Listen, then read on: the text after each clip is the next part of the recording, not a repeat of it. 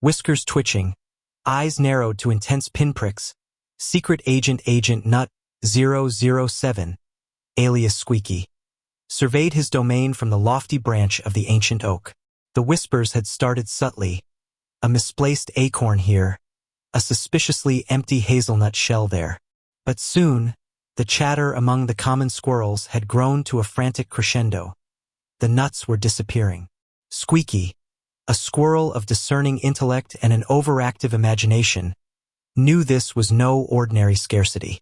This was a conspiracy, and he, Agent Nut-007, was the only one who could stop it.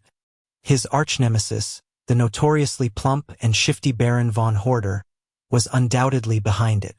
The Baron, a squirrel of immense girth and even greater greed, had been amassing a truly obscene fortune in nuts for years. But this year it felt different, more organized, more sinister.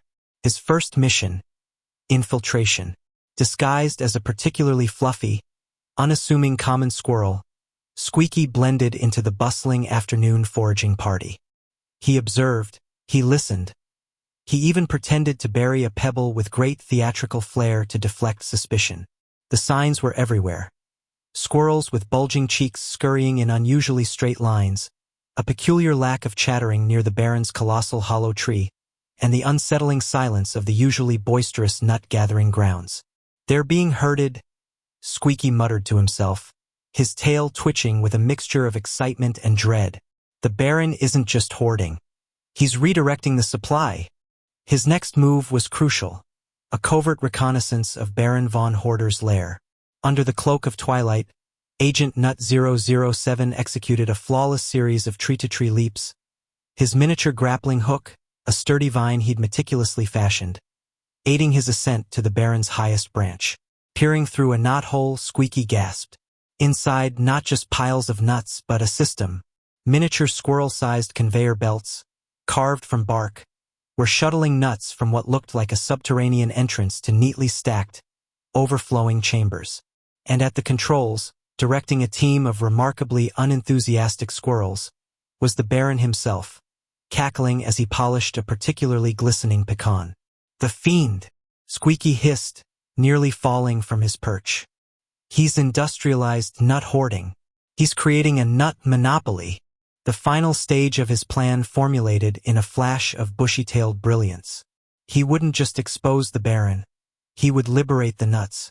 The next morning, as the sun kissed the dew-kissed leaves, Agent Nut-007 unleashed his secret weapon, the Great Nut Avalanche. Using a precisely calculated series of gnaws on strategically weakened branches above the Baron's chambers, Squeaky triggered a cascade. Nuts, thousands upon thousands of them, tumbled down from the upper branches, bursting through the Baron's flimsy security and raining down upon the forest floor. Chaos erupted.